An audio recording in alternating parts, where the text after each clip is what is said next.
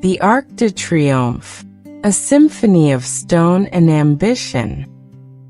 Imagine for a moment standing before the Arc de Triomphe at dawn, when golden light caresses those 50 meters of limestone that rise defiantly toward the Parisian sky. What you have before you is not simply a monument. It is the materialization of a Napoleonic obsession transformed into the most audacious architectural masterpiece of the 19th century. When Jean-François Chalgrin received Napoleon's commission in 1806, the emperor was clear in his instructions. He wanted the largest triumphal arch in the world, something that would make all Roman arches appear insignificant. And Chalgrin, an architect of the old neoclassical school, perfectly understood the message. He had to create something that would not only honor French military victories, but would proclaim to the entire world that France had surpassed the Roman Empire itself. The dimensions that Chalgrin designed were absolutely mad for the era. 45 meters wide, 22 meters deep, and those 50 meters of height that made it an artificial mountain in the heart of Paris. To understand the madness of these proportions, consider that the Arch of Titus in Rome, the classical model that inspired all subsequent arches, barely reaches 15 meters in height. Chalgrin had multiplied the dimensions of his ancient references by more than 3. But the true genius of the design lay not only in size, but in how Chalgrin solved the problem of making such a stone monster not look crude or disproportionate. His solution was revolutionary. He created the first triple-arcaded triumphal arch in modern history. The central arch, with its nearly 30 meters of height, dominates the composition. But the two smaller lateral arches visually balance the ensemble and create an architectural rhythm that converts brute mass into music of stone. The choice of materials was equally ambitious. Chalgrin specified limestone from Chateau-Landon, a quarry famous for the exceptional quality of its stone. Each block had to be perfectly carved, some weighing up to 6 tons, and then transported to Paris and hoisted with pulleys to vertiginous heights.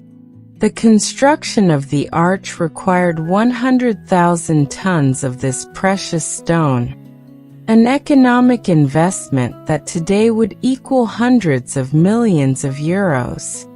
What makes the architecture of the arch unique is how it manages to be simultaneously Roman and completely French. Chalgrin borrowed the basic structure of the classical triumphal arch, but transformed it with innovations that only an architect of the Napoleonic Empire could have imagined. The Corinthian columns that flank the central arch have a colossal scale, spanning the entire height of the monument, instead of being divided into superimposed orders as the Romans did. This creates a sensation of unified power, of concentrated force that perfectly symbolizes French imperial ambition. But where Chalgrin truly demonstrated his genius was in the integration of architecture with sculpture. The Romans decorated their arches with narrative reliefs, but they had never attempted anything comparable to what Chalgrin designed for Paris. Each of the 4 main facades would become a monumental canvas for sculptures that would not only decorate the building, but would tell the epic story of France from the Revolution to the Empire. The absolute masterpiece of this integration is La Marseillaise by François Rude. that explosion of revolutionary energy carved into the right pillar of the eastern facade. Rude completely broke with neoclassical conventions to create something that was pure French Romanticism. His winged figure of liberty, with mouth open in a war cry and arm extended calling citizens to defend the homeland, has a dramatic force that gives you chills even today, 2 centuries later. What is extraordinary about La Marseillaise is how Rude managed to make a stone sculpture appear to be in movement. The spread wings, the folds of the dress agitated by an invisible wind, the tense muscles of the volunteers responding to the call. Everything is carved with a precision that converts cold stone into vibrant flesh. Rude worked directly on the stone already installed in the arch, carving in situ for months until achieving this symphony of forms that dialogues perfectly with Chalgrin's architecture. The deliberate contrast between the 4 great sculptures reflects the complexity of French history that the arch intends to tell. While La Marseillaise explodes with revolutionary energy, the Triomphe of 1810, by court it maintains the classical serenity of traditional neoclassicism, showing Napoleon crowned by victory in a composition that could have been carved in imperial Rome. The sculptures of the western facade, Resistance and Peace by Etex, introduce a more melancholic dimension, recognizing that all military glory has its price in human suffering. But the arch is not only a monumental work of art, it is also an engineering feat that challenged all the constructive knowledge of the era. The foundations, excavated 8 meters below street level, required a system of oak piles driven into the Parisian clay soil to support the 100,000 tons of weight. The construction of the arches themselves employed Roman techniques updated with 19th-century methods, using monumental wooden centering to support the voussoirs while the mortar set.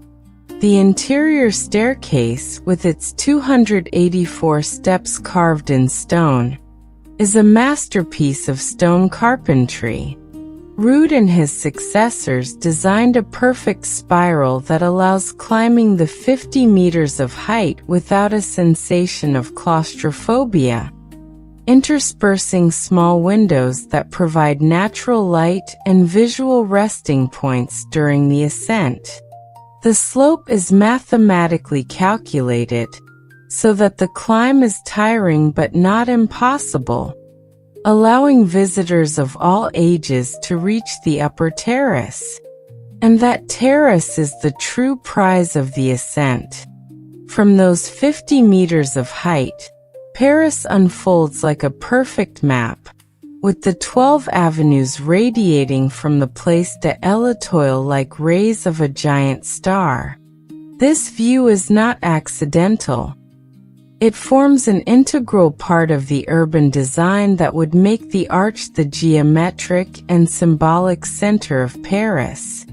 When Baron Haussmann redesigned the city in the mid-19th century, he used the arch as the focal point of his grand plan for urban modernization. The integration of the arch into the Parisian urban fabric is perhaps its most enduring achievement. Chalgrin and later Haussmann understood that a monument of these proportions could not simply be placed anywhere. It needed an urban environment designed specifically to enhance its grandeur.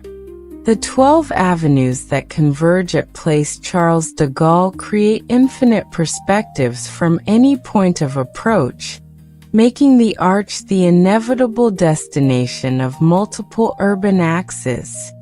The circulation system around the monument, that apparently chaotic roundabout where 12 avenues meet, is actually a brilliant urban solution. It allows traffic to flow continuously around the arch without stopping it, while pedestrians can contemplate the monument from multiple angles thanks to the underground passages that connect to a central pedestrian island. It is a perfect example of how monumental architecture can integrate with the functional needs of a modern city. The construction of the arch extended over 30 years, traversing the fall of the empire, the Bourbon Restoration, and the July Monarchy. This long gestation allowed the monument to evolve stylistically, incorporating influences from emerging Romanticism, without losing the neoclassical coherence of the original design. Each new government added its own interpretation to the iconography of the arch, converting what had begun as a Napoleonic monument into a symbol of French grandeur that transcends specific political regimes. The minor decorative details of the arch reveal the obsession with perfection that characterized the entire project. The 30 shields with names of Napoleonic battles are carved with a precision that allows reading each letter even from a distance. The laurel and oak garlands that adorn the cornices are executed with a naturalism that makes them seem like real vegetation petrified by magic. The military trophies that flank the inscriptions show period armaments carved with the accuracy of an artillery manual. But perhaps the most impressive thing about the arch is how it has managed to maintain its symbolic relevance through more than 2 centuries of historical transformations.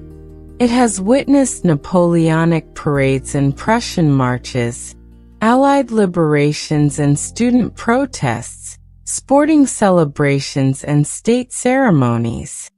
Each generation has found in it a reflection of their own aspirations and conflicts, demonstrating that great architecture transcends the specific circumstances of its creation. The eternal flame of the unknown soldier, added after World War I, gave the arch a completely new emotional dimension. That small flame that is lit every evening at 6:30 converts the triumphal monument into an intimate memorial, reminding us that behind all national glory are anonymous individual sacrifices. It is a perfect example of how architecture can evolve symbolically without losing its original identity.